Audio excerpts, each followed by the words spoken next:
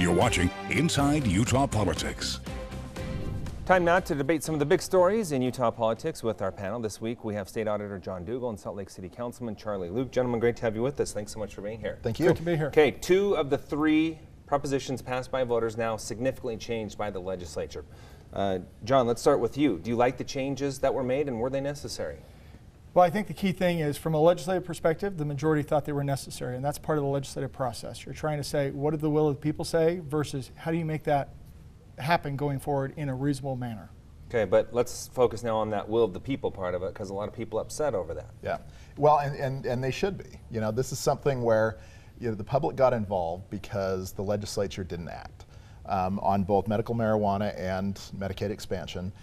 There was some serious concern, and there was public concern, and when the legislature didn't move on either of those items, then the public did. And the danger, I agree with John in that, the legislature does have the right to do exactly what they did, but it does set a precedent for, the perception that we now have, which is that the legislature knows best and they're going to override the will of the public.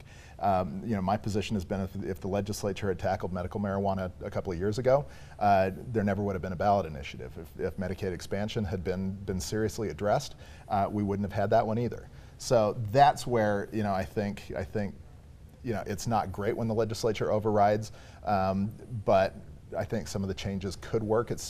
We'll just have to see. John, you're a budget guy. State lawmakers, a lot of them were saying, look, this is not sustainable.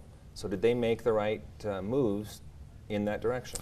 Absolutely. When I used to chair the Health and Human Services Budget Committee, we had forecasts of the budget growing from 20% of the budget to 45% of the budget just to fund Medicaid. And so they absolutely had to step in and do something to deal with where the initiative wasn't adequately funded, and that was going to cause long-term fiscal problems. So they had to step in. So they don't just have the right, they have the responsibility, trying to balance what the people said, but do it in a manner that was sustainable. And if they had gotten in there earlier, they could have done exactly what they did without, having the risk of alienating the public. What does it mean for the long run, though? A lot of people look at this and say, well, what's the point of it if the legislature is just going to change it the way they have? Well, and that's the danger of this. I mean, regardless of whether you agree with what happened or not, anytime you have the legislature that will override the will of the public, there is going to be that, that question: does my vote really matter? Does my involvement really matter? And so it does have, there's the danger of lessening public involvement because they just won't feel that they have a say. John, let's bring you in on that. Does my vote matter? It absolutely matters, but there's 2 things that are there. First of all, the legislature is going to get the message that there's going to be more and more initiatives, and so that's going to alter their process as a result of seeing the risk of initiatives coming along. But the simple fact is, most people in the public don't know all the details of what was in the initiative. They know the broad concept, they voted on the broad concept, they don't know the specifics. And that's where, to a certain extent, we expect legislators to come in and deal with those details and solve that issue and try and balance those issues. And I would say that the public has been very well educated. I think that people did know what they were talking about. I mean, I've heard the same thing that the public didn't know that they were voting for a tax increase. I disagree with that. I mean, I think that it was spelled out very well. We definitely saw them vote against it in question 1. Yeah. With the gas tax potentially going toward education funding. I want to move on to one other thing. During the week, we saw Representative Rob Bishop really go unleashed on Patagonia. We, of course, know the history between the state of Utah and that outdoor company. I want to take a listen real quick to one of the things he said during a committee meeting earlier in the week. The stuff that is made in China by your company clearly put out the statement that we've made the choice not to disengage with countries on the basis of their policies.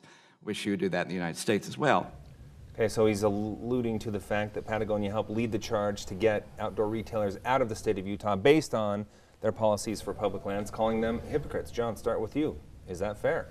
They're absolutely hypocrites. When you look back, they want to play it both ways. They want to do whatever's to their advantage, and then they want to misrepresent things to the public. When Trump shrunk Bears' ears, they posted on their website, Trump stole your public lands, which was absolutely not true. He changed the designation, but they were still public lands. We'll get more into that in just a sec. Your thoughts on the charge of being hypocritical? Well, I think that Representative Bishop's trying to stay relevant now in the minority. And so he's going to attack a private company. Patagonia has every right to say what they want to say. They are a private company. People can choose whether to, purchase their items or not. He is still, Representative Bishop is still a member of a very powerful committee. He needs to figure out how to legislate and do that rather than attacking some other private company. You sit on the city council for the capital city, which lost a lot from outdoor retailers moving on. What about his point of hypocrisy, though? Well, you say you're going to stay in China because you're not going to pay attention to their policies, but yet that was their direct reason for leaving Utah. and I fully disagree with Patagonia, in pushing to move the outdoor retailers to Denver. But at the same time, you have someone on a congressional committee trying to attack and blame a private company for doing this. They can say whatever they want to. I mean, whatever happened with the Republican concept of letting corporations speak. Oh, they can say whatever they want to. Yeah. Where the hypocrisy comes in is when you say we're not going to take these type of positions, and then you take those kind of positions. What about his charge of them spreading a false narrative in that, what you just said, that, the state of Utah taking over the lands, not protecting the lands? From my perspective? Yeah. Well, I think it was absolutely false what they said. And I think, speak all they want about the issues, but when they start to deceive the public, I clearly get concerned All with right, that. I'll give you the last word on that. And I wouldn't say that they're deceiving the public. I mean, I think that Trump stole the public lands. Well, he stole a big part of it because he did shrink what was designated as a big part of the wilderness area, conversation, though, is that the lands aren't being preserved, and that's where Representative Bishop and Curtis, especially, who ran a bill to close off mining in that area. Yeah. So your thoughts on that? Well, on them closing down mining in the area, I mean, I think that's good, but that was also done before President Trump shrunk the Bears Ears and Grand Staircase. So I think they're well, trying we to do know there's going to be some mining in trying to make Grand up Staircase. for what it is, for what they did. So. All right, let's move on to SB 54. Huge debate ongoing here in the state of Utah.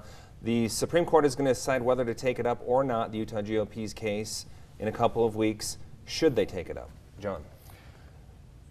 I think it would be helpful if they did take it up. I think it would help clarify what are the rights of private association, and it would help not just in Utah, but across the nation where we've got similar kind of issues. When can the government step in? When can the government regulate private companies, private organizations? Would you like to see this settled by the Supreme Court? No, the issue's settled. The Republican Party needs to move on, and you have individuals who are able to get to the ballot now via signature.